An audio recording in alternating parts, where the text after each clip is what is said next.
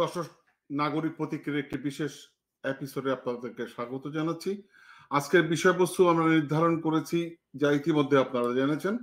আদালতে কি চলছে, হাসিনার প্রেতাত্মাদের তুগলুকি কাণ্ড, এই বিষয় নিয়ে কথা বলতে চাই এবং আইন আদালত নিয়ে আমাদের অনেকের জিজ্ঞাসা, অনেক প্রশ্ন, অনেক কিছু, সে বিষয়গুলো নিয়েও কথা বলতে চাই। আজকে আমার সাথে অংশগ্রহণ করছেন আপনাদের সকলের পরিচিত এবং সবাই যাকে আপনারা পছন্দ করেন, ব্যারিস্টার সারওয়ার। সারওয়ার ভাই, আপনাকে স্বাগত জানাচ্ছি। নিশ্চয়ই ভালো আছেন আপনি?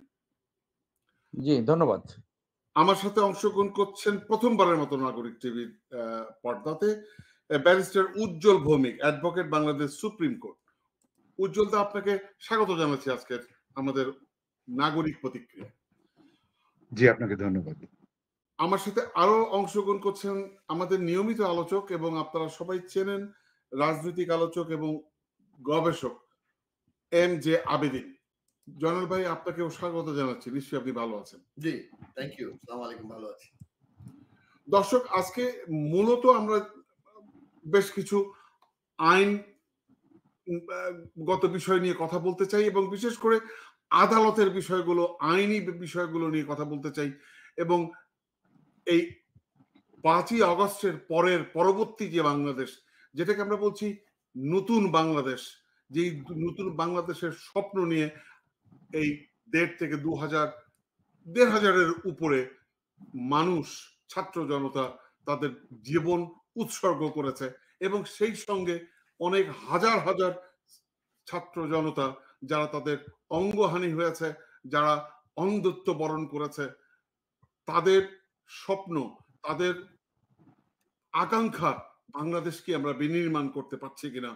আজকে আমাদের একটি অন্তর্বর্তীকালীন সরকার আছেন। এই অন্তর্বর্তীকালীন সরকার আমাদের হৃদয়ের কথাটা অনুভূত করতে পারছে কিনা, জানতে পারছে কিনা, আমাদের স্বপ্নের দিকে আমরা যেতে পারছি কিনা। এখন আজকে আমি যদি আরেকটা মামলার কথা বলি, যে মামলা সম্পর্কে আমাদের দুইজন বিজ্ঞ আইনজীবী জানেন এবং ওনারা এটা ডিল করছেন, এই যে ডেস্টিনির মামলা, destiny multipurpose, destiny tree plantation, সেখানে 12 বছর হয়ে যাওয়ার পরে রফিকুল আমিন, মোহাম্মদ হোসেন সহ কেউ জামিন পায় না। কিন্তু শামসুদ্দিন চৌধুরী মানিক ওরফে কালামানিক জেনারেল হারুনকে 1 সপ্তাহের মধ্যে জামিন দিয়ে দিছে। সাবির হোসেন চৌধুরী একদিনে কোন আইনে আপনার জামিন পাইল? আসিফ নজরুল, অ্যাটর্নি জেনারেল, বিচারপতি, প্রধান বিচারপতি মহোদয়, আপনাদেরকে জিজ্ঞেস করতে চাই কোন আইনে? এই যে আমাদের সরোয়ার ভাই বললেন যে এটা তো একটা উদাহরণ হয়ে গেল। তাহলে যেই মামলায় সর্বোচ্চ বিচার হতে পারে রফিকুল আমিনের 12 বছর এবং মোহাম্মদ হোসেন বা আরো অন্যান্য যারা আছে, আগামীকাল নাকি 12 বছর পূর্ণ হবে, আমি ব্যারিস্টার উজ্জ্বল ভৌমিক আমাকে জানাইলেন। অর্থাৎ ট্রায়াল এখনো শেষ হয় নাই, কিন্তু ওই আইনের সর্বোচ্চ সাজা যেটা, সেটা অলরেডি বুক করে ফেলছে। এটা কি মগের মূল্য? আসিফ নজরুল, ব্যাপারটা কি? প্রধান বিচারপতি মহোদয় আপনাকে সুপারসিড করছে, এগুলো নিয়ে আমরা অনেক কথা বলছি আপনার পক্ষে। আপনার অন্য কোন হইলে আপনি মন্তব্য করছেন যে রাষ্ট্র আপনার থেকে টাকা পায়। কোন রাষ্ট্র টাকা পায়? এই ধরনের, তার মানে you have not gone through the মামলা, আপনি কেসের ভিতরে যান নাই। আমরা ডক্টর মোহাম্মদ ইউনূসের এই যে সরকার, এই যে বাংলাদেশের 18 কোটি মানুষের সরকার, এটাকে আমরা জান দিয়ে আমরা সাপোর্ট করে এটা টিকাইতে হবে। এই যে ষড়যন্ত্র হচ্ছে, এই যে জেনারেল মুজিবের কথা সরোয়ার ভাই বলেন, এগুলো অনেক লম্বা কথা, আজকে এগুলো আমরা ডিসকাস অন্যান্য সময় করব। আজকে আমি সরোয়ার ভাই এবং ব্যারিস্টার উজ্জ্বল, আপনাদের দুইজনের কাছ থেকে আজকে জানতে চাইবো, স্পেশালি যেহেতু আপনারা এই মামলার একদম খুঁটিনাটি জানেন আইনগতভাবে, আমরা বলবো না যে আইনের বাইরে। তাহলে আমার প্রথম প্রশ্ন, ব্যারিস্টার উজ্জ্বল ভৌমিক, আপনি যদি বলেন, এই যে একটা মামলায় একজন আসামি আপনার পেয়ে গেল within 1 week or 1 month, whatever, সে সাবেক সেনাপ্রধান জেনারেল হারুন, আমাদেরকে ওপেনলি বলতে হবে। জেনারেল হারুনের জন্য এক আইন, রফিকুল আমিনের জন্য কি আরেক আইন? 1 নম্বর। 2 নম্বর হচ্ছে এই যে ট্রায়ালটা চলতেছে নজিরবিহীন ভাবে উইদাউট ভার্ডিক্ট, হোয়ারেস ওই যে এস পার 2006 সালের বা 2009 সালের আইন অনুযায়ী আপনি এটা 7 বছর ছিল, পরে 2012 সালে বা 13 সালে এটা 12 বছর সাজা করছে, যেই ধারায় তাদের বিরুদ্ধে মামলা করছে। এখন 12 বছর শেষ, তাহলে জামিন পাচ্ছে না। আপনি কি ব্যারিস্টার উজ্জ্বল ভৌমিক একটু আমাদেরকে বলবেন যে এখানে কি ঘটনা ঘটতেছে? ধন্যবাদ আপনাকে। আমি একটু এই মামলাটার ব্যাকগ্রাউন্ডটা একটু বলি, একটু কনটেক্সট দেই যে মামলাটা কি কারণে হয়েছিল, কবে হয়েছিল, কেন এতদিন ধরে চলছে। এই মামলাটার ঘটনা কাল যে সময়টা দেখানো হয়েছে, এটা 2006 থেকে 2012 সালের মে মাস পর্যন্ত দেখানো হয়েছে। তো এর মধ্যে 2009 সালের আইন এবং 2012 সালে ফেব্রুয়ারি মাসে নতুন আইন আসে। তো ঘটনাকাল দুটো আইনকে কভার করছে, 2009 সালের আইন এবং 2012 সালের আইন। তো আপনি ইতিমধ্যে বলেছেন যে 2009 সালের আইন অনুযায়ী সর্বোচ্চ সাজা হচ্ছে 7 বছর, আর 2012 সালের আইন হচ্ছে সর্বোচ্চ সাজা 12 বছর। তো এখন এই যে ঘটনাকাল 2006 থেকে 2009 পর্যন্ত, তো 2012 সালের আইনকে যদি কাভার করতে হয়, এই 2012 সালের আইনের মধ্যে হচ্ছে ট্রানজেকশন গুলো দেখাতে হয়। তো দেখা যাচ্ছে ইতিমধ্যে আমরা চার্জশিট পেয়ে গেছি। চার্জশিট সেই 2014 সালে হয়েছে, মামলাটা হয়েছে 2012 সালে। তো চার্জশিটটা হতেই লেগেছে দীর্ঘ 4 বছর। চার্জশিট হওয়ার পরে আরো 2টা বছর লেগেছে চার্জ ফ্রেম হওয়ার জন্য, যেখানে চার্জশিট হয়ে যাওয়ার পর 15 দিনের মধ্যে চার্জ ফ্রেম হয়ে যেতে পারে, সেখানে চার্জ ফ্রেম হতে লেগেছে 2 বছর, অর্থাৎ 2016 সালে গিয়ে চার্জ ফ্রেম হয়েছে। তারপরে 2016 সাল থেকে ট্রায়াল শুরু হওয়ার পরে আজকে 2024 সাল। তো এই মামলাতে চার্জশিটের যে উইটনেস আছে 219 জন। তো আজকেও এই মামলার ডেট ছিল। তো আজ পর্যন্ত ওই দীর্ঘ 8 বছরে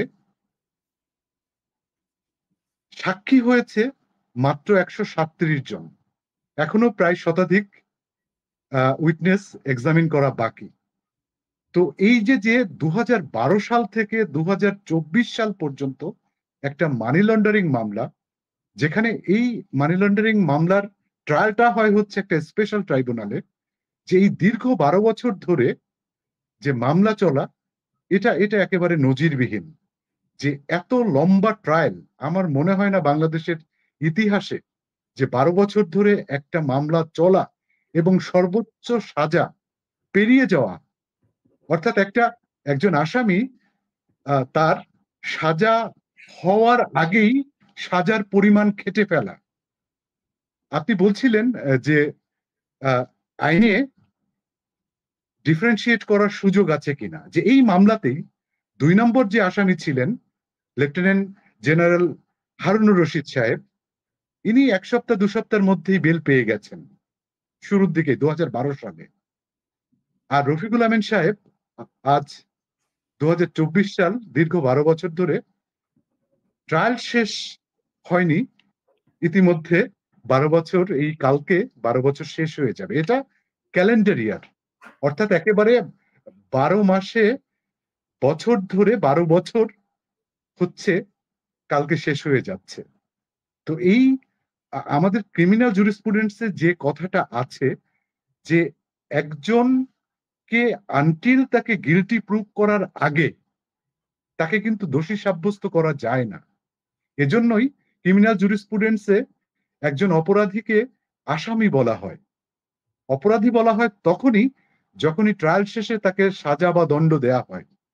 তো এই যে এই মামলার ক্ষেত্রে দেখা যাচ্ছে যে সাজা হওয়ার আগেই সাজার মেয়াদটা দেখা যাচ্ছে খেটে ফেলা।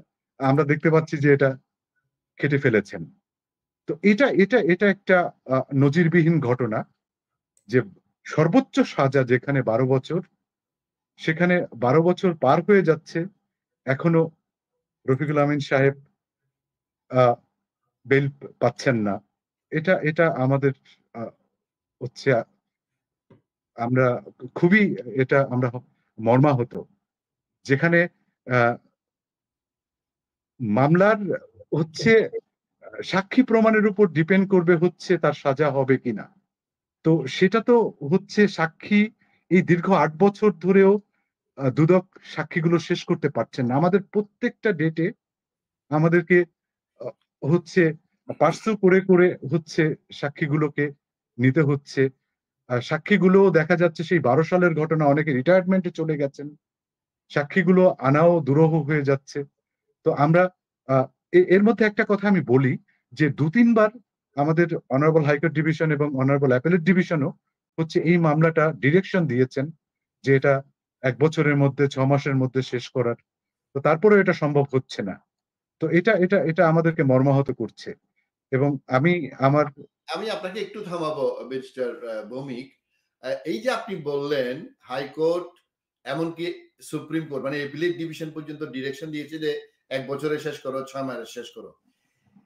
আপনারা তো আদালতের স্টেক হোল্ডার, আপনারা হয়তো অনেক কথা বলতে পারবেন, আমরা তো সাধারণ মানুষ। এই যে ডিরেকশন দিল, এই যে বিচারক, তার কোনো দাম আছে, তার কোনো মূল্য আছে? এই যে অ্যাপিলেট ডিভিশন ডিরেকশন দিল, একজন মানুষ সে 12 বছর সাজা খেটে ফেলছে, যদি সে প্রমাণিত হয় একেবারে হাইয়েস্ট লেভেল পর্যন্ত, তাহলে সে 12 বছর কাটবে। অলরেডি ট্রায়াল শেষ হওয়ার আগে সে খেটে ফেলছে। আর হাইকোর্ট বারবার আপনার ট্রায়াল কোর্টকে নির্দেশ দিছে যে তুমি 6 মাসে শেষ করো, 1 বছরে শেষ করো, বাট নাথিং হ্যাপেন। বাট এইসব কোর্টের বাংলাদেশের মানুষের টাকা, এইসব কোর্টের কোনো দরকার আছে কিনা? আমি এটা আপনাকে প্রশ্ন করবো না, কারণ আপনি উত্তর দিতে পারবেন। আমি বাংলাদেশের মানুষকে জিজ্ঞেস করব, আসিফ নজরুলকে জিজ্ঞেস করবো। আসিফ নজরুল সাহেব, আপনি ঢাকা বিশ্ববিদ্যালয়ে শিক্ষকতা করেন, you are a good man, আপনি কাজও করছেন স্বৈরাচারের বিরুদ্ধে। এই যে আমাদের ব্যারিস্টার উজ্জ্বল যে প্রশ্নটা উঠালেন, আমি আপনাদেরকে জিজ্ঞেস করতে চাই, অ্যাটর্নি জেনারেল আসাদুজ্জামান সাহেব, আপনি আমাদের বন্ধু মানুষ, আপনাকেও জিজ্ঞেস করি, প্রধান বিচারপতি মহোদয়, অ্যাপিলেট ডিভিশন আপনারা যে ডিরেকশন দিয়েছিলেন যে 6 মাসে শেষ করতে হবে, 1 বছরে শেষ করতে হবে, যে কাজ করতে পারে না বা পারবে না, যদি হাইকোর্টের কোন একজন মানুষ যদি ভায়োলেট করে যে তুমি আদালত অবমাননা করছো, শুনো নাই, এই যে আদালত অবমাননা যেসব ট্রায়াল কোর্ট করছে, এদের কি করবেন আপনি? এই যে দুদক নামে বাংলাদেশের সবচেয়ে বড় দুর্নীতিগ্রস্ত একজন সেদিন বলছে যে দুর্নীতির মা হচ্ছে দুদক। এই দুদকের আইও বা যারা চেয়ারম্যান থেকে সব চোর গুলো এখানে এখনো রয়ে গেছে। এই আইও গুলার, এই ডাইরেক্টর গুলার কতগুলো বাড়ি, কত শত কোটি টাকা আছে। আসিফ নজরুল সাহেব একটু খোঁজ করছেন? আমাদের প্রধান উপদেষ্টা সাহেব নির্দেশ দিচ্ছেন সকল সরকারি কর্মচারী কর্মকর্তা, আপনার কর্মকর্তা তো নয়, আমরা কর্মকর্তা বলি, আইন অনুযায়ী সবাই কর্মচারী, এই কর্মচারী গুলার আপনার সম্পদের হিসাব নিছেন? হ্যাঁ, এই যে একজন মানুষ, 10 জন মানুষ, এই মামলার আসামিরা যে জামিন পাচ্ছে না, জেনারেল হারুন কিন্তু পাইছে ডিজিএফআই ঠেলায়। এখনই কি ঠেলা আছে আপনাদের কাছে? 18 কোটি মানুষ কিন্তু কাউকে ছাড়বে না। আসিফ নজরুল সাহেব, বিশেষ করে আপনাকে বলবো, অ্যাটর্নি জেনারেল সাহেব আপনাকে বলবো, এই যে জামিন পাওয়া মানুষের অধিকার, আমাদের এই যে দুজন লয়ার এখানে আছেন, এরপরে আমি ভৌমিক সাহেব আপনাকে আরেক মিনিট জিজ্ঞেস করতে চাই, এরপরে সরোয়ার ভাই বলবেন এই ব্যাপারে। এই যে আদালত অবমাননা কি এটা হয় নাই? অ্যাপিলেট ডিভিশন নির্দেশ দিল লোয়ার কোর্টকে, লোয়ার কোর্ট এটা মানলো না, কিন্তু এই লোক মানে রেজাল্টটা কি? ভিকটিম হইলো, গিনিপিক হইলো যে অ্যাকিউজড, যারা অ্যাকিউজড তারা। এই ব্যাপারে যে আইন যে নিজের গতিতে চললো না, এটার কি কি হতে পারে মিস্টার ব্যারিস্টার ভৌমিক, আপনি যদি একটু বলেন। জয়নুল আবেদিন ভাই, আমি এখানে একটা তথ্য একটু অ্যাড করা উচিত। এটা অনারেবল অ্যাপেলেট ডিভিশন 28/10/23 তারিখে 1 বছরের মধ্যে ট্রায়ালটা শেষ করার জন্য ডিরেকশন দিয়েছিলেন। এখনো কিন্তু এই মাসের 28 তারিখে ওই ডিরেকশনটা শেষ হচ্ছে। তো সাক্ষী যে গতিতে যাচ্ছে, এতে আমি আমার আইনগতভাবে আমি এটা বলতে পারি যে এই 28 তারিখের মধ্যে এটা শেষ হওয়ার সুযোগটা কম। এটা অ্যাপিলেট ডিভিশনে এইবার দিছে 1 বছরের জন্য। এর আগে কি হাইকোর্ট আরো কয়েকটা দিছে না? হাইকোর্ট এর আগে দিয়েছেন। তাহলে all the same, nothing happened. জি বলেন। আপনি কন্টিনিউ করবেন না, আমি সার্ভার ভাইয়ের কাছে যাব। সার্ভার ভাইয়ের কাছে যান। আমি সার্ভার কাছে যাব। সার্ভার কাছে যাব এই জন্যই, আমি খুব ইন্টারেস্টিং এই বিষয়টা, অর্থাৎ ডেস্টিনি নিয়ে আমি 2 বছর আগে একটি টক শো করেছিলাম। সেখানে আমার কাছে মানে সার্ভার ভাই, আমি আপনাকে খুব স্পেশালি এই প্রশ্নটা করতে চাই, মানে আপনি আমার প্রশ্নটা একটু শুনবেন। ডেস্টিনির শত শত হাজার হাজার বেনিফিশিয়ারিজ, তারা আমাকে বিভিন্নভাবে চিঠি লিখলো, টেক্সট করলো, ফোন করলো, এবং আমি তাদের জন্য একটা প্রোগ্রাম আমি রেডি করলাম, এবং যে প্রোগ্রামে আমি দুদকের আইনজীবীকে আমন্ত্রণ জানিয়েছিলাম, উনি টেলিফোনে আমার সাথে ছিলেন। এখন প্রশ্ন হচ্ছে আমার, এই ডেস্টিনির যারা বেনিফিশিয়ারিজ, তাদের একটা প্রশ্ন,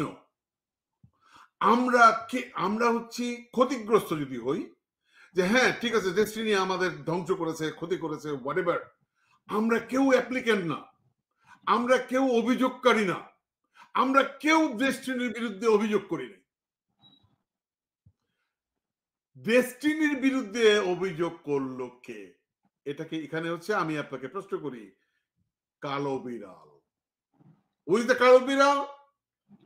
Tarique Siddiqui, the most powerful man. তাহলে আপনি বলেন, এই তারেক সিদ্দিকী পুরো ডেস্টিনির 12টা বাজিয়েছে। এই তারেক সিদ্দিকীর নির্দেশ পালনের জন্য পুরো আইন আদালতকে ব্যবহার করা হয়েছে, এবং আপনি আমাকে বলেন এই 12 বছর ধরে সে বিনা বিচারে আটক আছে। এখন আপনি আমাকে এটার একটি জবাব দেবেন যে রফিকুল আমিনের এই 12 বছর পূর্ণ হচ্ছে কালকে যদি মানে বিচারের পরে বোঝা যায় যে সে দোষী ছিল না, তার এই 12 বছর কে ফিরিয়ে দেবে? আমার প্রশ্ন। এবং এই তারেক সিদ্দিকীর ভূত, এই নিয়ন্ত্রণ কি এখনো আছে বাংলাদেশে? আমি আপনার কাছে জানতে চাই। আপনি একদম আসল জায়গায় হাত দিছেন, একদম একদম সঠিক জায়গায়। শুধু ডেস্টিনিকে সে শেষ করে নাই, পুরো বাংলাদেশকে এই কুখ্যাত তারেক সিদ্দিকী শেষ করেছে।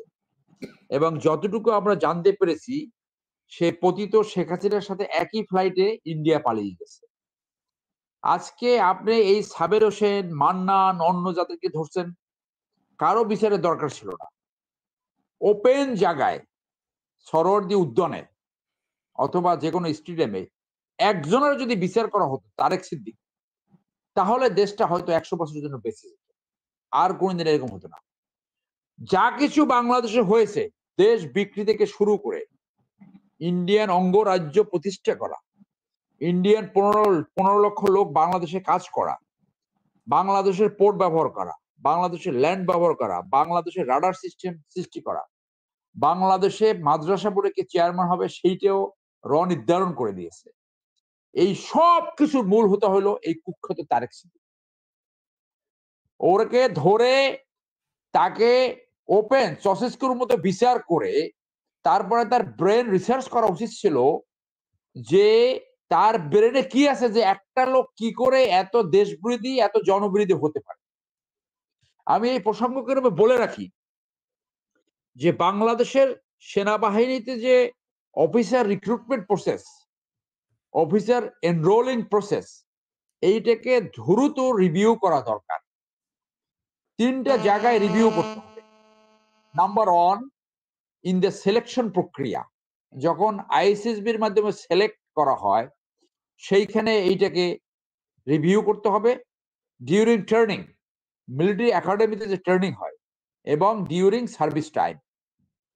তাহলে আপনি দেখেন যে কি করে এই অ্যাসেসমেন্ট সিস্টেম সম্পূর্ণ ভুল প্রমাণিত হচ্ছে, যে কি করে অ্যাসেস হয় যেখানে আপনার তারেক সিদ্দিকের মতো লোক প্রডিউসড হয়, যেখানে জিয়ার মতো লোক প্রডিউসড হয়, যেখানে মুজিবের মতো লোক সৃষ্টি হয়, যেখানে আকবরের মতো লোক সৃষ্টি হয়, যেখানে আজিজের মতো চোর সৃষ্টি হয়, যেখানে শফিউদ্দিনের মতো চরিত্রহীন লোক, যে করাপশন করছে অনেকে বলে যে আজিজের থেকে বেশি, এবং সে তার টাকা সব আমেরিকাতে নাকি লেনদেন হয়েছে, যেখানে এরকম একজন ইঞ্জিনিয়ার করে জেনারেল সৃষ্টি হয় যে 150 না 250 কোটি টাকা সাদা করেছে, এরকম উদাহরণ আরো দেওয়া যাবে। তাহলে এই দেশের জনগণের টাকায় বেতন নিয়ে কি করে বাংলাদেশের জনগণের বিপক্ষে এবং দেশের স্বার্থের বিপক্ষে চলে যায়, বিশেষ করে সেনাবাহিনীর সিনিয়র অফিসার্স, এইটা অত্যন্ত আশঙ্কার কথা, অত্যন্ত উদ্বিগ্নের কথা। এবং ইমিডিয়েটলি মিলিটারি অথরিটি পৃথিবীর বিভিন্ন জায়গায় কিভাবে অফিসারদেরকে সিলেক্ট করা হয়, কিভাবে ট্রেনিং করা হয়, এবং কিভাবে ইন সার্ভিস আপনার তাদেরকে অ্যাসেস করা হয়, সেইটাকে পরীক্ষা নিরীক্ষা করে ইমিডিয়েটলি পুনর্মূল্যায়ন করতে হবে, যাতে আর কোনোদিন এই ধরনের এন্টি স্টেট এবং এন্টি পিপল অফিসার সৃষ্টি না হতে পারে। যে কি করে এই রয়ের খপ্পরে পড়ে, আমি আমার ফেসবুকে একটা তথ্য শেয়ার করেছি, একজন স্কোয়াড্রন লিডার ইঞ্জিনিয়ার করে তার এক রাতের ভিতরে ট্রায়াল হয়েছে, তাকে 10 বছর জেল দেওয়া হয়েছে, ফাইন, তাও একটা কিছু হয়েছে। তার আসলে ফাঁসি হচ্ছিল, কারণ ওই আইনে, যে আইনে তাকে কোর্ট মার্শাল করা হয়েছে, সেখানে ফাঁসির প্রভিশন রয়েছে। ফাঁসি এই কারণে দেওয়া উচিত ছিল যাতে আর কোনোদিন এইরকম ইন্ডিয়ান এজেন্ট সৃষ্টি না হতে পারে। তো ও তো একটা মধ্য লেভেলের এজেন্ট, সবচেয়ে টপ এজেন্ট ছিল শেখ হাসিনা নিজে, আর 2 নম্বর এজেন্ট ছিল এই তারেক সিদ্দিকী। তো তারেক সিদ্দিকী তো ঠিকই তারা রয়ের বদৌলতে তারা মানে পার হয়ে গেছে, সেই ব্যক্তি এখন যে 1000 কোটি টাকা যে লুট করেছে, সেই লুটের টাকা দিয়ে তারা এখন তাদের জীবন এনজয় করবে। হ্যাঁ, তারা কিন্তু আর কোনো কিছু তেমন একটা সাফার করবে না। এখন আমি আসি ওই জায়গায় যে ডাইরেকশন, জয়নাল ভাই যে ডাইরেকশনের কথা বললো না, আসলে এই ডাইরেকশন কি আপনার পক্ষে যখন রায় দিবে না, তখন 2টা শব্দ তারা ব্যবহার করে। একটাকে বলে অব্লিগেটরি, বাধ্যতামূলক, আর একটাকে বলে পারসুয়েসিভ, মানে অনুসরণীয়। তো যখনই এরকম ডাইরেকশন আপনার যায়, কোর্ট তখন বলে দেয়, রাষ্ট্রপক্ষ বলে দেয় যে এটা অব্লিগেটরি না, এটা হলো ইফ পসিবল। তো এইটা একদিকে কোর্টকে মানে এই যে পারসুয়েসিভ বলে যে সম্ভব হলে, এই জায়গাটা লিভারেজটা আপনার নিম্নকোর্ট পায়। আর নিম্নকোর্টের তবে একটা ডিফেন্স রয়েছে, যে তারা কিন্তু আসলেই এত মামলা জট, যে মামলার ভার এরকম যে ওই টাইম ফ্রেম তাদের পক্ষে মেনটেন করা সম্ভব না। তবে সিআরপিসি 35 এতে বলা আছে যে ট্রায়াল কমপ্লিট করার আগে যদি সম্পূর্ণ শাস্তি ভোগ হয়ে যায়, তাকে অ্যাট অনস মুক্তি দেবে, অ্যাট অনস, কোর্টের নলেজে আসার সাথে সাথে। তাহলে এই ডেস্টিনি যাদের পূর্ণ সাজা ভোগ করেছে, এইটা উকিলের মাধ্যমে সেইখানে প্রডিউস করতে হবে। 35 এর আওতায় একটা আবেদনও করা যায়, এবং সেই আবেদন যদি তারা রিজেক্ট করে, তারা উপরস্থ কোর্টে আসতে পারে। এখন টিটু ভাই যে বললেন যে একজন যে শেয়ার হোল্ডার অথবা বেনিফিশিয়ারি একজনও তারা কমপ্লেন করে নাই, কমপ্লেন তো করেনি নেই, তারা বরং বলছে যে এই ব্যবসা কন্টিনিউ করুক।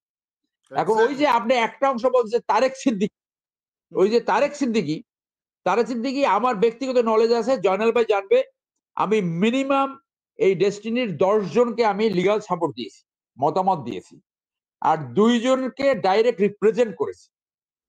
কর্নেল দিদারকে আমি, এই লোকটা বিনে কারণে 8 বছর জেল খাটছে, সে ডেস্টিনি কেউ ছিল না, সে ছিল ডেস্টিনির একটা 50% শেয়ার ছিল একটা প্রাইভেট কোম্পানি ডায়মন্ড বিল্ডার্স, সেই ডায়মন্ড বিল্ডার্স এর পেড সিইও।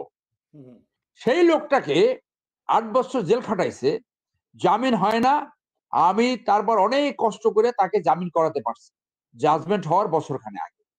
আর চেয়ারম্যান মোহাম্মদ হোসেনের পক্ষে আমি দাঁড়িয়েছিলাম, আমি হাইকোর্টে তার মামলা মুভ করেছি এবং হাইকোর্ট কনভিন্স হয়েছিল জামিন দেবে, কিন্তু এপিলেট ডিভিশনে একটা শর্তের জন্য যে 2,500 কোটি টাকা পেমেন্ট করা, তখন বললো যে এটা তো তাদের তো জামিন হয়েছে, জামিনের আদেশ রয়েছে, কিন্তু তাদের একটা কন্ডিশন ফুলফিল করতে পারছে না, সেটা হলো যে 2,500 কোটি টাকা জমা দেবে তারপর জামিন হবে। ওই শর্তের কারণে জামিন হয়।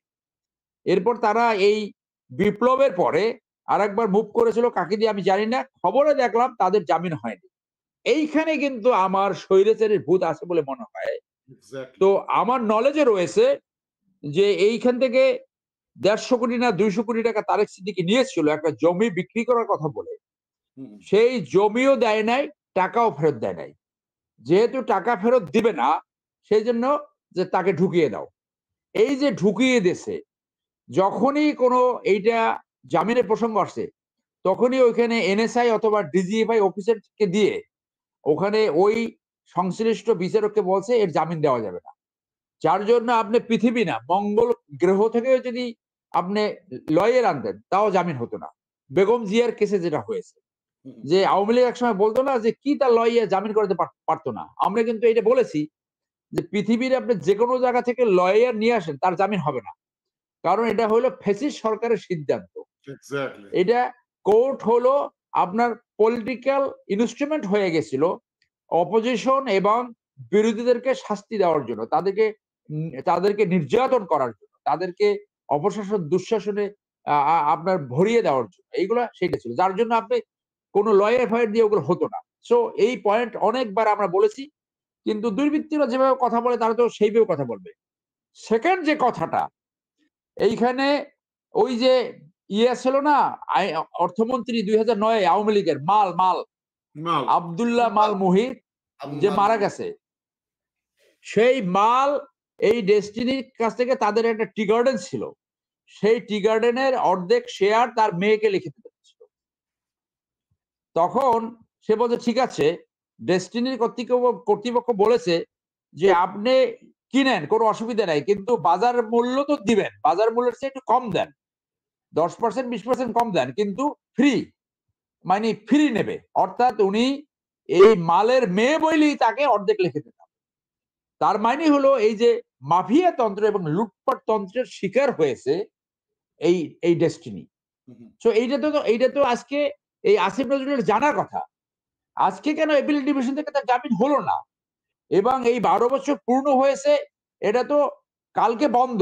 বাংলাদেশে রাত 9টার সময় যদি বসুন্ধরার সেলের জন্য জামিনের আদালত বসতে পারে, এবং হাইকোর্টেও বোধহয় বসেছে এরকম, এটার প্রভিশন উন্নত দেশে আছে। এমার্জেন্সি হলে আপনার ম্যাজিস্ট্রেট করে রাত 3টের সময় ফোন দেওয়া যায়। লয়ার, ওখানে একজন ডিউটি জাজ থাকে, ডিউটি জাজকে লয়ার রাত 3টের সময় প্রয়োজনে ফোন দিতে পারে। এমন একটা ফ্যামিলি ভায়োলেন্স হচ্ছে, এখন একটা কোর্টের অর্ডার দরকার, তখন করে কি, আমেরিকা এবং কানাডাতে এটার প্রচলন আছে, লন্ডনে আছে। তখন লয়ার 3টের সময় যে ডিউটি জাজ, এটা সবাই জানে ডিউটি জাজ কে থাকবে, সেই ডিউটি জাজকে ফোন দিবে, ডিউটি জাজ ফোনের মাধ্যমে তার অর্ডারটা পাস করবে। সেই অর্ডার লয়ার এই আপনার মনে করেন যাকে প্রয়োজন, পুলিশ অথবা যাকে প্রয়োজন, লয়ার প্রয়োজন, this is the order from the court, please do the needful, এবং সেই অর্ডার ফলো করবে। আর অর্ডার যদি ফলো না করে, যে ফলো করবে না ওর শাস্তি হবে। এটা হলো উন্নত দেশ। আর এখানে আমাদের স্বৈরাচারী এবার বসুন্ধরা পূর্বে দুর্বৃত্তদের আপনি এই বেনিফিট দেওয়ার জন্য রাত্রে আদালত বসেছে। তাহলে যে লোকটা 12 বছর শাস্তি ভোগ হয়ে গেল, আপনি তো তাকে মানে তখনই বাইর করে দেন। আমি সেই জন্য আশা রাখবো আসিফ নজরুল যদি এই কথা শুনে থাকে, কালকে আপনি স্পেশাল কোর্ট বসিয়ে তাকে কালকে জামিন দিবেন। আপনি দরকার বোধ একটা রেস্ট্রিকশন দেন, তার পাসপোর্ট তো নাই, থাকলেও সেটা এক্সপায়ার হয়ে গেছে, পাসপোর্ট জমা দেবে এবং অন্য মামলাটা সেটেল না হওয়া পর্যন্ত সে কোর্টের অনুমতি ছাড়া বিদেশ যেতে পারবে না। তাহলে বুঝবো যে সত্যিকারে আপনি বিপ্লবী সরকারের স্পিড আছে, ন্যায় বিচার সুশাসন আপনি প্রতিষ্ঠা করতে পারবেন। তো আমি এই দুইটা এবং এই কেসের পুঙ্খানুপুঙ্খ আমার মুখস্থ সব, আমি একদম টপ টু বটম জানি। এই কেস নিয়ে আমি থরো রিসার্চ করেছি। আমি হাইকোর্টে 10-12 বার এই কেস নিয়ে মুভ করেছি, নিম্ন কোর্টে আমি মুভ করেছি। আমি সমর্থন হয়েছিলাম কর্নেল দিদারকে জামিন করাতে, কিন্তু মোহাম্মদ হোসেনকেও জামিন হয়ে যেত এপিলেট ডিভিশনের যদি ওই রেস্ট্রিকশনটা না থাকতো, ওই শর্তটা না থাকতো। তো আজকে এই সরকার বুঝতে হবে যে সবসময় একটা মুখস্থ কথা বলতো বিদেশি ইনভেস্টমেন্ট। যে ভদ্রলোকরা কানাডা থেকে বাংলাদেশে ইনভেস্টমেন্ট করলো শুধুমাত্র লুটপাটের উদ্দেশ্যে, কুখ্যাত তারেক সিদ্দিকী এবং এই যে মরহুম আব্দুল্লাহ মালের লোভে পড়ছে, মাল দেখলো যে লুটপাট করে সব তারেক সিদ্দিকী নিয়ে যাবে, তাহলে আমি একটু ভাগ বসাই। এইটা কিন্তু আমি এই ডেস্টিনির যারা সত্যিকারের ভিতের কথা জানে তাদের কাছ থেকে শুনছি, জয়নাল ভাইও নিশ্চয়ই শুনছি। তো এই একদিকে দেখলো তখন ওই শুধুমাত্র তারেক সিদ্দিকের জন্য, তারেক সিদ্দিকী সম্ভবত আপনার হারুনুর রশিদের ক্ষেত্রে অবজেকশন দেয় নাই, কারণ সে আওয়ামী লীগ ঘরনা, এই জন্য তার দ্রুত জামিন হয়ে গেছে। আর বাকি সবার ক্ষেত্রে সে অবজেকশন দিছে, এই জন্য তাদের জামিন এখন পর্যন্ত হয় নাই। আমি মনে করি এই বিপ্লবী অন্তর্বর্তী সরকার উইল রিয়েলাইজ দ্যাট, এবং reasonably by tomorrow or by next opening day, that means next Monday, they should be enlarged. They should be enlarged by some condition if required. Otherwise, আপনাদের ঘাড়ের উপরে যে স্বৈরাচারের প্রেতাত্মা ভর করেছে সেইটা প্রমাণিত হবে। এবং বসুন্ধরা এই আপনার ডেস্টিনির মামলা যে জানে না তারা, সেটা বলা যাবে না, তারা জানে। এবং এই কেসে না জানলেও তারা পেপারে পড়েছে, এই যে এপিল ডিভিশন থেকে এই বিপ্লবের পরে জামিন হলো না সেটা পড়েছে। So please do the needful. তারা বাংলাদেশে ইনভেস্ট করেছে, তাদেরকে বিজনেস করতে দেন, এবং যারা শেয়ার হোল্ডার, যারা বেনিফিশিয়ারি, তারাও খুশি হবে। মানুষও দেখবে না আপনি একটা ন্যায় বিচার করতে পেরেছেন। যে কারণে তারেক সিদ্দিকী, আব্দুল্লাহ মাল, এরা যারা বন্দী করে রাখছে, আপনি তাদেরকে ইমিডিয়েটলি মুক্তি দেন। ধন্যবাদ। ইটস মোস্ট ইম্পর্টেন্টলি যে তারেক সিদ্দিকীর প্রতিহিংসার শিকার হয়ে মানে কিছু ব্যক্তি একটি প্রতিষ্ঠান ধ্বংস হতে পারে না।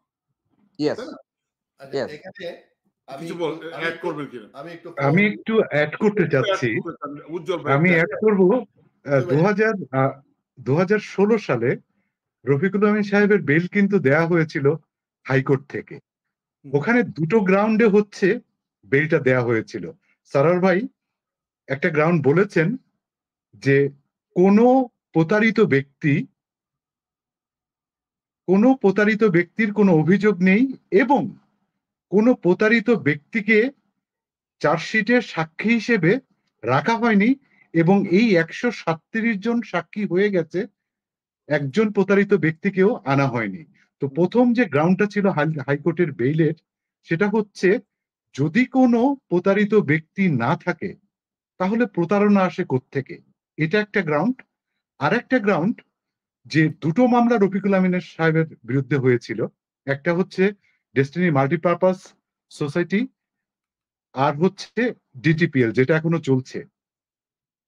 ওই সমিতির মামলায় সাজা হয়ে গেছে 2022 সালে, সেটাও 12 বছর কাটা হয়ে গেছে। তো সেটাতে বেইলে আছেন। হাইকোর্ট কিন্তু পরবর্তীতে আপিল করার পরে বেল দিয়েছেন, এবং অনারেবল অ্যাপেলেট ডিভিশনও হচ্ছে বেলটা বহাল রেখেছেন। তো এখানে তো দুটো পয়েন্টে হাইকোর্ট বেল হচ্ছে দিয়েছিলেন। দ্বিতীয় পয়েন্টটা ছিল এরকম যে এই দুটো মামলাতে হুবহু একই ডিজিটের অভিযোগ, আত্মসাতের যে টাকার পরিমাণ রফিকুল আমিনের বিরুদ্ধে 81 কোটি হচ্ছে 56 লক্ষ টাকার হচ্ছে তার হাজবেন্ড এবং ওয়াইফ দুজন মিলে। ওই মামলাতেও, সমিতির মামলাতেও এই টাকার অভিযোগ, আবার ডিটিপিএল এর মামলায়, এই যেটা কোম্পানির মামলা চলছে এখন, ওই মামলাতে হচ্ছে একই ডিজিট টু ডিজিট, একই সেই 81 কোটি 56 লক্ষ টাকার। তো ওই 81 কোটি 56 লক্ষ টাকার যে মামলা, সেটাতে সাজা হয়ে গেছে। তো এই কারণে যে দুটো মামলায় হুবহু এক হয় কি করে, ডিজিট একেবারে সেম টু সেম, এই দুটো গ্রাউন্ডে হাইকোর্ট বেল দিয়েছিলেন। তারপর হচ্ছে দুদক অ্যাপেলেট ডিভিশনে গেলে ওই বেইলের সাথে শুধু কন্ডিশন অ্যাটাচ করে দেয়া হয় যে 2800 কোটি টাকা তাদেরকে ফেরত দিতে হবে। তো এই 2800 কোটি টাকা দেবেন কোত্থেকে? তো দুদকের স্বীকৃতি মতেই এই ডেস্টিনির 35 লক্ষ গাছ আছে, একেবারে চার্জশিটে স্পষ্টভাবে বলে দেওয়া আছে যে 35 লক্ষ গাছ দুদক তদন্ত করার সময় গুনে পেয়েছেন। অনারেবল অ্যাপেলেট ডিভিশন 6 সপ্তাহ সময় দেন যে এই গাছগুলো কেটে বিক্রি করে হচ্ছে টাকাটা ফেরত দেওয়ার জন্য। তো বাংলাদেশে এই 2800 কোটি টাকার গাছের মার্কেট, এবং ওনারা ভেতরে আছেন, ভেতরে থেকে এরকম বড় একটা ডিলিং করা, এটা আমার কাছে মনে হয়েছে যে এটা একেবারে সুপার ইম্পসিবল একটা জিনিস। যে 6 সপ্তাহের মধ্যে 35 লক্ষ গাছ বিক্রি করার, এবং এটা কেনার মতো লোক বাংলাদেশে আছে কিনা এটাও একটা প্রশ্ন সাপেক্ষ বিষয়। তো ওখানে 6 সপ্তাহের মধ্যে অর্ডারটা ছিল, 6 সপ্তাহের মধ্যে গাছগুলো বিক্রি করে হচ্ছে টাকা ফেরত দেওয়ার। এখানে সারার ভাই আছেন, উনি জানেন যে একটা অর্ডার যদি একটু আপনাকে একটু পজ দেন। সবচেয়ে মজার কথা হয়েছে, সেই গাছগুলো যখন বিক্রি করতে গেল, দেখা গেল এইটা আপনার ইয়া ছিল, অ্যাডমিনিস্ট্রেটর ছিল ডিসি এবং এসপি। ওই গাছ বিক্রি করতে যায়, দেখে যে আওয়ামী লীগের গুন্ডা পান্ডারা সব গাছ আগে বিক্রি করে দিচ্ছে, গাছ আর নাই। বলেন, আপনি এখন বলেন। না, এই গাছগুলোর ছবিও তুলে রাখা হয়েছে, প্রত্যেকটা গাছ ম্যাচিউর ছিল, এবং গাছগুলো যে কেটে দুর্বৃত্তরা কেটে নিয়ে গেছে। এবং এখানে ইন্টারেস্টিং একটা ব্যাপার, 4,500 একর জায়গাতে হচ্ছে এই গাছগুলো ছিল। আমি আবার রিপিট করছি, দুদকের তথ্য মতেই 4,500 একর ভূমিতে বনায়ন করা হয়েছিল। এখানে এক একটা প্যাকেজ ছিল 6 বছরের, 9 বছরের, 12 বছরের, যে এক একটা প্যাকেজের। এখানে আমি একটু মামলাটার ভেতরে একটু যাই, যে অভিযোগটা কি, যে কোন অভিযোগে 12 বছর ধরে রফিকুল আমিন সাহেব ভেতরে আছে। অভিযোগটা হচ্ছে এরকম যে একটা গাছের প্যাকেজ বিক্রি করা হয়েছে 10,000 টাকা, এই গাছগুলো ডিটিপিএল এর গাছ, এগুলো বিক্রি করেছে ডেস্টিনি 2000 লিমিটেড। অর্থাৎ ডেস্টিনি 2000 লিমিটেড হচ্ছে মাদার কোম্পানি। এই ডাটাবেস যা এই তথ্যাদি, গ্রাহকদের যত তথ্যাদি এই ডেস্টিনি 2000 লিমিটেডের ডাটাবেজেই আছে। অর্থাৎ ওদেরকে দায়িত্ব দেওয়া হয়েছে যে তোমরা, এখানে একটা জিনিস কিন্তু খুব ইম্পর্টেন্ট, ডেস্টিনি কিন্তু কোনো সাধারণ জনগণের কাছে গাছের প্যাকেজ বিক্রি করেনি। গাছের প্যাকেজগুলো বিক্রি করেছে ডেস্টিনির যারা গ্রাহক, ডেস্টিনির যারা ডিস্ট্রিবিউটর, অর্থাৎ যারা ডেস্টিনি 2000 লিমিটেডের যারা একমাত্র গ্রাহক, অর্থাৎ ওখানে একটা প্যাকেজ কিনে যারা ডেস্টিনি 2000 এর মাল্টি লেভেল মার্কেটিং এর ব্যবসা যারা করেছে, একমাত্র তারাই কিন্তু এই গাছের প্যাকেজগুলো কেনার সুযোগ পেয়েছে। এর বাইরে কিন্তু কেউ, এই যে বলা হয় যে সাধারণ জনগণের কাছে এই গাছের প্যাকেজ বিক্রি করা হয়েছে, সাধারণ জনগণের কাছে বিক্রি করা হয়নি। ডেস্টিনির যে 45 লক্ষ গ্রাহক ছিল, এই গ্রাহকরা ছিল হচ্ছে এই প্যাকেজের ক্রেতা। তো এখানে অভিযোগটা আনা হয়েছে এরকম যে 10,000 টাকার একটা প্যাকেজে 40-43% হচ্ছে কমিশন দেয়া হয়েছে। কাকে দেয়া হয়েছে? যে বিক্রি করে দিয়েছে প্যাকেজটা। তো বিক্রি করেছে কি? Destiny 2000 limited. ওই ডেস্টিনি 2000 লিমিটেডের মালিক কারা? এই 45 লক্ষ গ্রাহকরা। অর্থাৎ এই 45 লক্ষ গ্রাহকদের কাছেই কিন্তু এই প্যাকেজগুলো বিক্রি করা হয়েছে। এখন যদি ধরেন যে 43% কমিশন দেয়াটা বেশি কি কম, বাংলাদেশে কোনো আইন আছে যে 43% কমিশন দেয়া যাবে না? এই যে বলা হয়েছে যে সাধারণ জনগণকে প্রতারণা করে, তো এই প্যাকেজগুলো বিক্রি করা হয়েছে কাদের কাছে? তারা কিন্তু ডেস্টিনির বিজনেস জানে, তারা কিন্তু ডেস্টিনি যে মাল্টি লেভেল মার্কেটিং করে, কমিশন ভিত্তিক যে ব্যবসা, তাদের সামাজিক ব্যবসা, এরা কিন্তু জানে যে এখানে একটা প্যাকেজ বিক্রি হলে 1 টাকা কমিশন বাবদ চলে যাবে। তো এখানে কিন্তু প্রতারণার কোনো এলিমেন্ট নাই। এ কারণেই কিন্তু কোনো একজন ডিস্ট্রিবিউটর এসে অভিযোগ করেনি রফিকুল আমিনের বিরুদ্ধে যে তুমি প্রতারণা করেছো। তারা বরঞ্চ হচ্ছে মানববন্ধন করেছে যে আমাদের কোম্পানিটা খুলে দেন। এই ডেস্টিনির হচ্ছে 450 অ্যাকাউন্ট এটা ফ্রিজ করে রাখা হয়েছে। এই অ্যাকাউন্টে এখনো টাকা আছে, প্রায় 2-250 কোটি টাকার উপরে আছে। ডেস্টিনির যে প্রপার্টি, আমি একটা দুদকের তথ্য মতে আমি একটা হিসেব দেই, যে জেলা শহরগুলোতে 450 বিঘা জমি, জেলা শহরগুলোতে।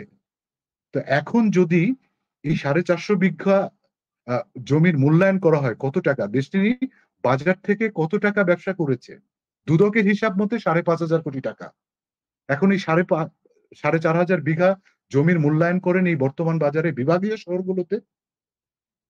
এই প্রত্যেকটা প্রপার্টির হিসাব কিন্তু আছে। প্রত্যেকটা প্রপার্টি এক টঙ্গীতে 23 বিঘার একটা ফ্যাক্টরি আছে তাদের, যেটার মূল্যায়ন এখন 500 কোটি টাকার। এই ফার্ম গেটে আনন্দ ছন্দ সিনেমা হল 200 কোটি টাকার একটা তাদের প্রপার্টি আছে। এখন সেটা যে প্রপার্টিটা কেনা হয়েছিল 60 কোটি টাকা দিয়ে, সেই 2011-12 দিকে, এখন এটার মূল্যায়ন করেন যে এটা কি পরিমাণ হয়েছে।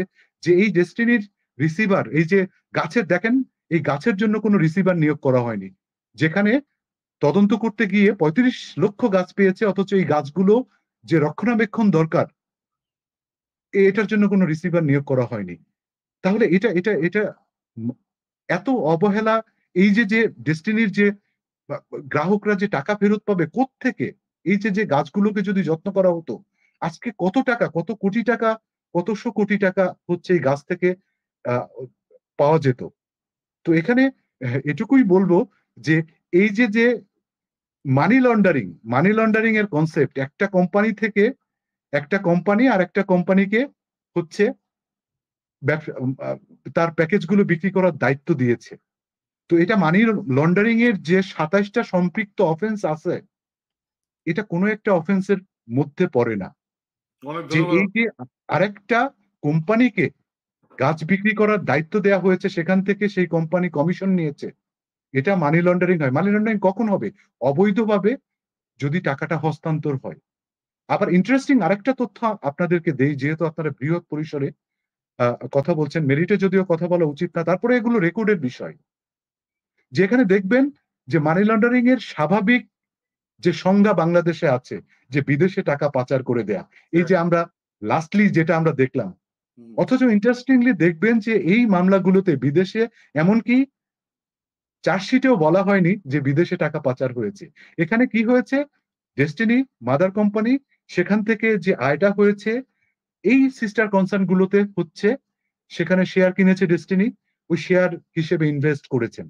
তো এই যে যে ইন্টারনাল যে ট্রান্সফার, একটা মাদার কোম্পানি থেকে সিস্টার কোম্পানিতে যে টাকা ট্রান্সফার, এটা মানি লন্ডারিং এর সম্পৃক্ত যে 27টা অফেন্স আছে, এই অফেন্সের কোনোটার মধ্যে কি ফেলানো যাবে?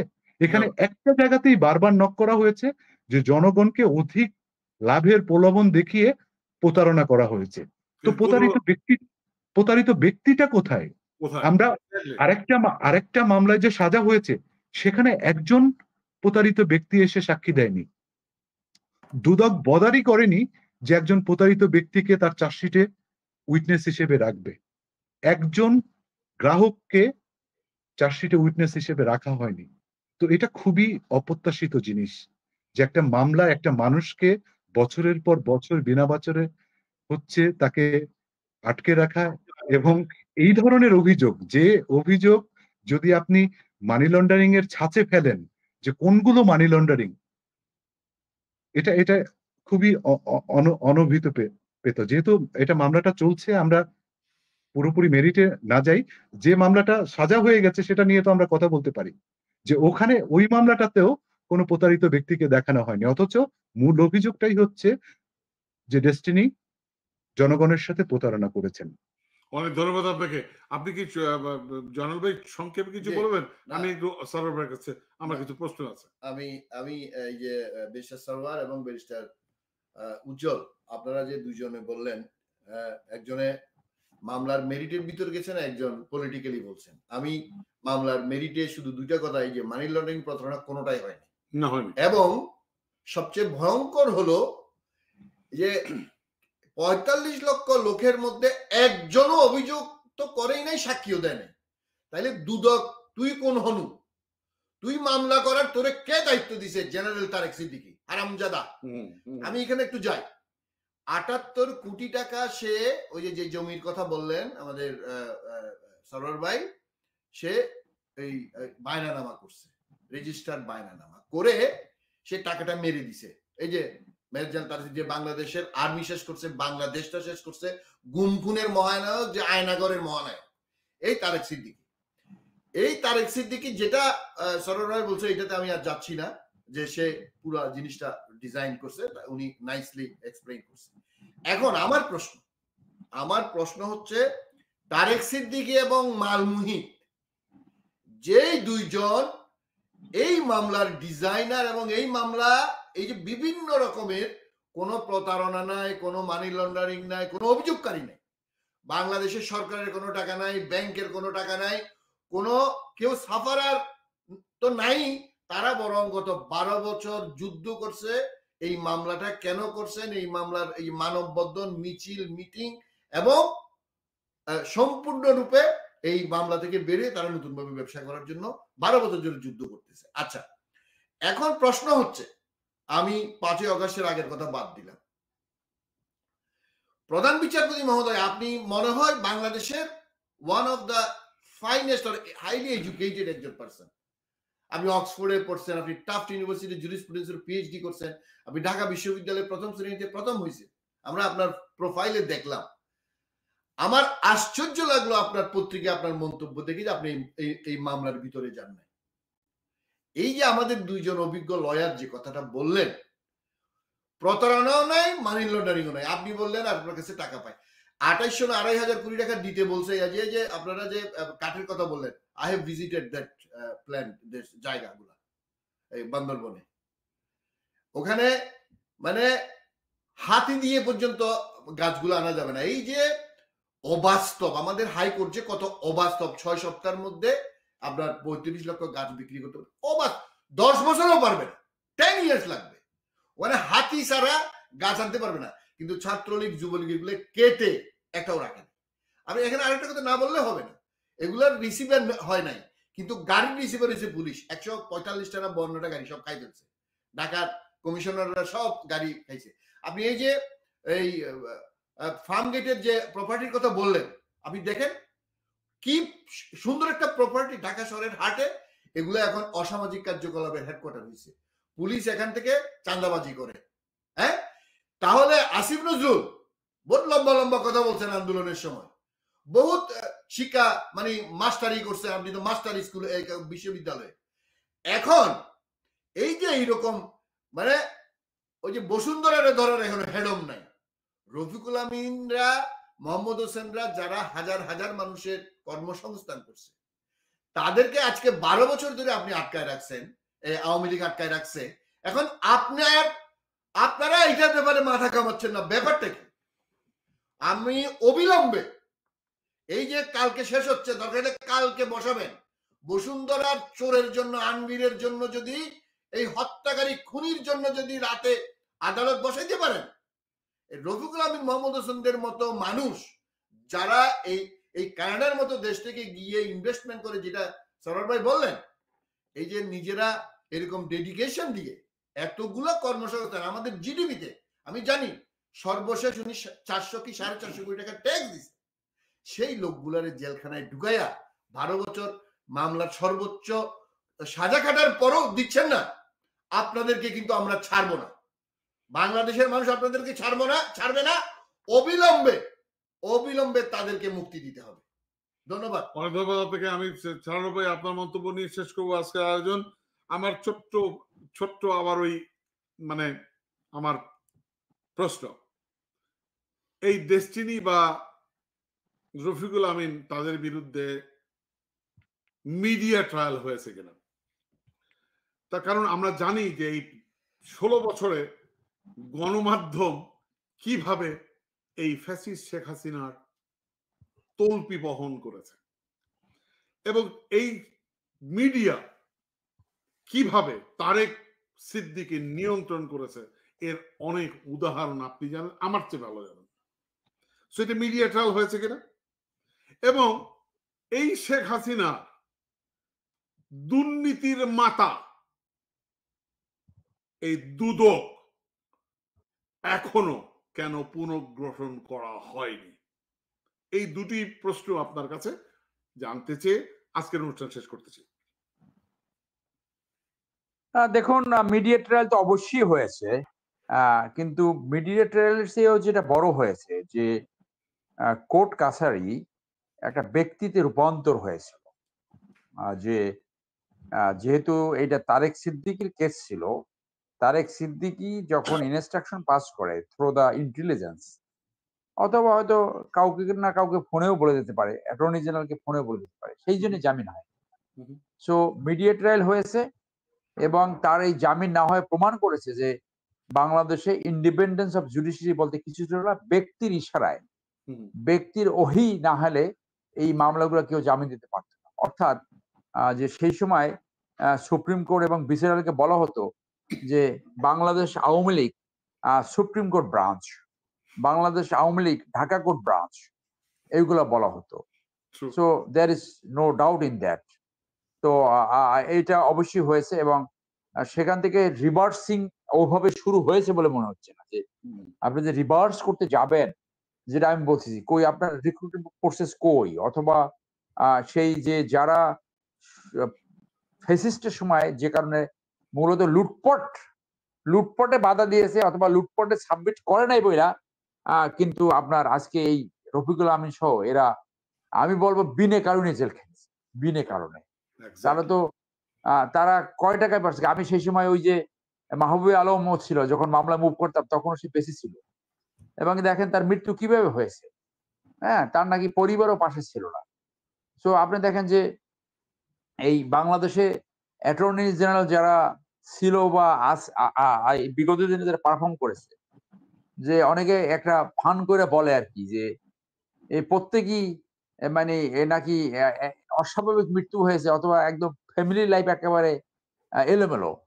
আমি মনে করি আমাদের বন্ধু আসাদ ভাই একজন ভালো অ্যাটর্নি জেনারেল হবেন ইনশাল্লাহ। এখন এই মুহূর্তে judiciary is one of the best position. Judiciary has a one of the finest chief justice, one of the finest attorney general, এবং আসিফ নজরুল শিক্ষক হিসেবে ভালো, এবং they will choose a good secretary. So এই আসিফ নজরুলের সাথে যদি আরো দুইজন উপ আইন অ্যাডভাইজার হয় যারা প্র্যাকটিস করেছে এবং হু ক্যান ডেলিভার, তাহলে আমি মনে করি যে জুডিশিয়ারি বাংলাদেশ একটা বেস্ট পজিশনে আসবে আফটার দ্য ইন্ডিপেন্ডেন্স। তো এরা ভালো করবে বলে মনে করি। অতএব এই যে মিডিয়া ট্রায়ালের যে ফেস হয়েছে, শুধু মিডিয়া ট্রায়াল না, তারা অফিসার এবং বিচারের নামে একটি যে প্রহসন,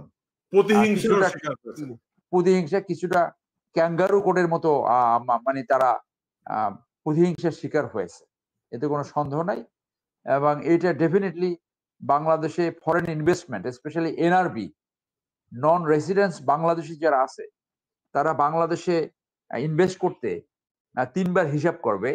আমার ব্যক্তিগত নলেজে রয়েছে, শুধু ডেস্টিনি এটা না, আরো অনেকে বাংলাদেশে ইনভেস্ট করতে চেয়েছিল আওয়ামী লীগের সময়, কারো ইনভেস্টমেন্ট রক্ষা করতে পারে নাই, সবই আওয়ামী লীগের গুন্ডা পান্ডা মাফিয়া তন্ত্র লুটপাট করে খেয়েছে।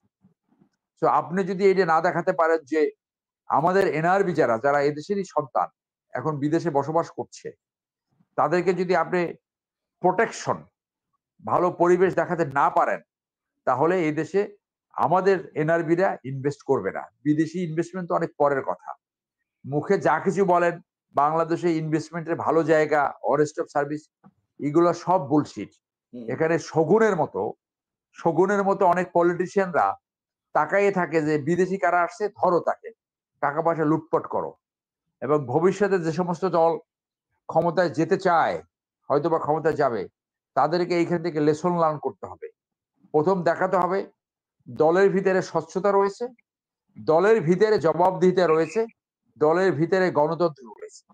আপনি দলের ভিতরে দুর্বৃত্তায়ন যদি সরাতে না পারেন, দলের ভিতরে যদি দুর্বৃত্তায়ন মুক্ত না করতে পারেন, তাহলে আপনার এই কথা কোনো মানুষ বিশ্বাস করবে না যে আপনি দেশে সুশাসন ন্যায় বিচার আনতে পারবেন। অতএব আজকে যে এই ফ্যাসিস্টের পতন, এটা সকলের জন্য একটা সুযোগ, বাংলাদেশের জনগণের জন্য সুযোগ।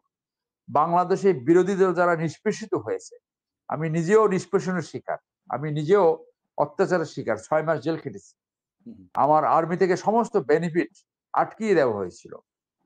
তো এইখান থেকে আমাদের সবার শিক্ষা নিতে হবে, যাতে এই বিপ্লবী অন্তর্বর্তী সরকার কোনোভাবে ফেল না করে। কোনো তাড়াহুড়ো করার দরকার নাই, তারা দেশটাকে গঠন করুক, তাদেরকে সুযোগ দেন এবং তাদেরকে আমরা পরামর্শ দেব। আপনি অ্যাডভাইজারি কমিটি বৃদ্ধি করেন, 50 থেকে 100 জন করেন, যেখানে যাকে দরকার সেইখানে তাকে আনেন। আজকে এই যে যোগাযোগ অ্যাডভাইজার, আপনি তার নাম জানেন? কোনো অ্যাকশন দেখেন? ঢাকা শহরে কোনো গাড়ি চলে না। আরে বাবা, কোনো গাড়ি টাড়ি চলে না, যেখানে আগে যাইতো 40 মিনিটে এখন লাগে 1.5 ঘন্টা। তো এই ওল্ড হ্যাগার্ড যারা এসি রুমে থাকতে পছন্দ করে, এগুলো আনছেন কেন? এই যোগাযোগ উপদেষ্টা কে? এই বিমান উপদেষ্টা কে?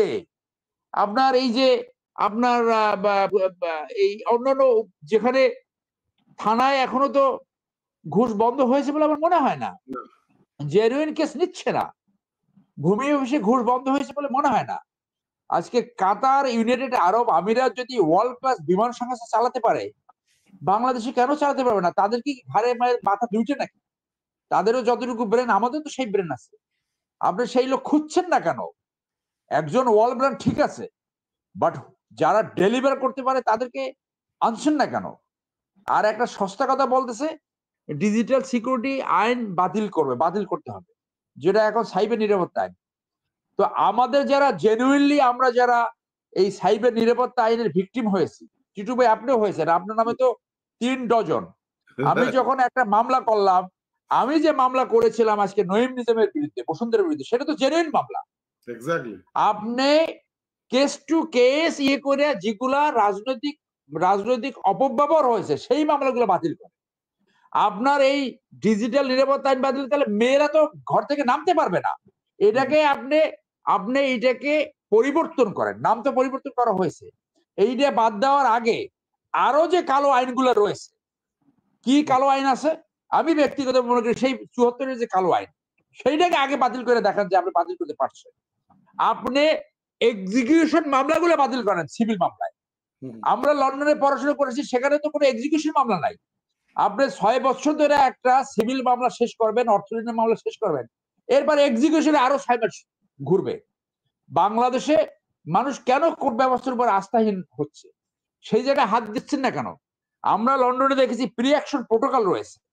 আপনার প্রি অ্যাকশন প্রোটোকল ওলফ কমিশনের মাধ্যমে 95 সালে 1995-এ 5 বছর ধরে রিসার্চ করে তারা কিছু সিভিল মামলা এবং কিছু ক্রিমিনাল মামলা কোর্টে আসার আগে নির্দিষ্ট সময়ের ভিতরে সেইটা নিজেরা বসে সমাধান করার চেষ্টা করতে হবে।